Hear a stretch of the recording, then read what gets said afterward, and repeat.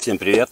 Очередная распаковочка посылочки из Китая. И как всегда, типа на туристическую рыболовную тематику. Итак, я сегодня на рыбалочке, но пока рыба отказывается напрочь брать, решил соснять обзор. Заказывал я в Китае небольшую грелочку. Так как у меня одна маленькая есть, служит верой и правдой, но решил я дозаказать еще. Небольшой пластиковый тубус. Мягкий пластик, но тем не менее защитит где-то грелочку от падения и прочего. Пока в сторону. А вот и сама грелочка. Это она в сложенном виде. Сейчас мы ее постараемся разложить. Вот так. Ну и ножки где-то здесь. Вот так. Грелка с пьезоподжигом.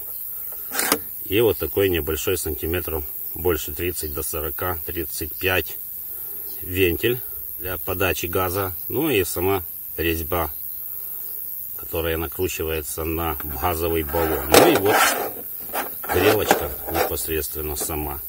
Низкая. И брал я такой, чтобы была вот такая ветрозащита здесь. Не знаю, как она с ветром будет справляться, но тем не менее. Короче, от фирмы какой-то X-Speed.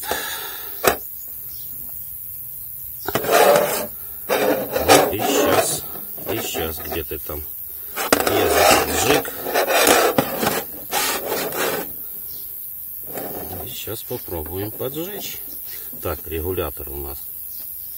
Газ пошел. Вот и зажглась. Вот горит подача газа. Немножко побольше. Нормально горит. Компактная, легкая. Для походов, рыбалка, кемпинги самое будет то.